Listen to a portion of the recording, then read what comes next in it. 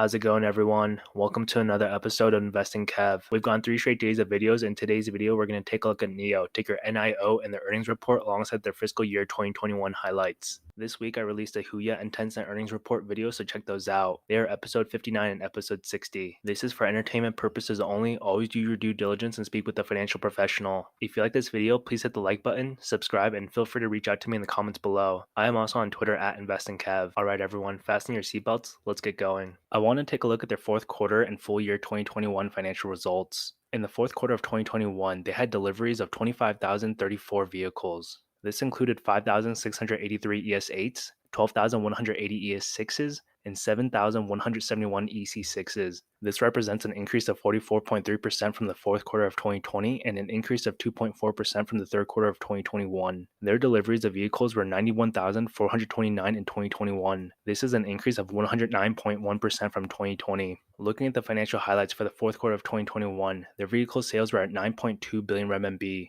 This is about 1.45 billion US dollars. This represents an increase of 49.3% from the fourth quarter of 2020 and an increase of 6.7% from the third quarter of 2021. Their vehicle margin was 20.9% in the fourth quarter of 2021 compared with 17.2% in the fourth quarter of 2020 and 18% in the third quarter of 2021. And their total revenues for the fourth quarter were at 9.9 billion RMB. This is about 1.5 billion US dollars. This represents an increase of 49.1% from the fourth quarter of 2020 and an increase of 1% from the third quarter of 2021. Looking at the financial highlights for the full year of 2021, their vehicle sales were at 33.1 billion RMB. This is roughly 5.2 billion US dollars for the full year of 2021, representing an increase of 118.5% from the previous year. Their vehicle margin was at 20.1% for the full year of 2021 compared to 12.7% for the previous year. When we look at their key financial results, we already saw that their vehicle sales went up 118.5%. Their vehicle margin increased by 7.4%. Their total revenues increased by 122.3%. Their gross profit increased by 264.1%.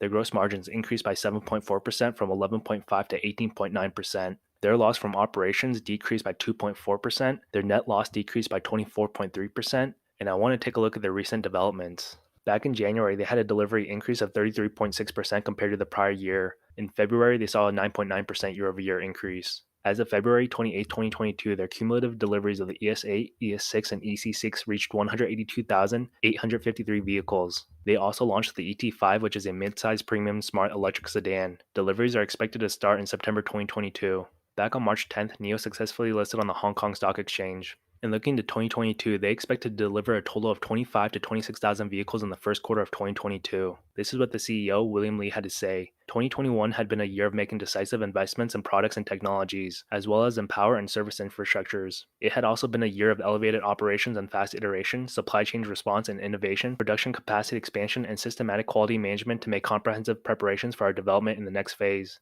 On top of our growing user base in China, 2021 also marked the beginning of our global market expansion, starting from the launch and deliveries of NIO vehicles in Norway in September 2021. 2022 will be a year of re-acceleration for NIO. We will deliver 3 new products based on NIO Technology Platform 2.0 this year. And looking at the total revenues for 2022, they expect revenues to be between 9.6 billion RMB to 9.98 billion RMB. This represents an increase of approximately 20.6% to 25.1% from the same quarter of 2021. NIO is rising. In my opinion, NIO just released a really strong earnings report. This is great to see. I want to take a look at a few things that stand out. The biggest one is NIO rolling out their ET7 in the coming week. This article back in early March talked about NIO test driving their ET7s. Deliveries will start beginning on March 28th. This is very exciting news for the company and a huge milestone. If you want to take a deeper look at the ET7, I highly recommend you check out the ET7 review from the Fully Charged Show YouTube channel. This just came out not too long ago and I thought it was awesome. I really love the ET7 and I think it's going to do really well globally. Looking at this article from December, there were rumors that NIO and BYD would partner together to create an affordable electric vehicle.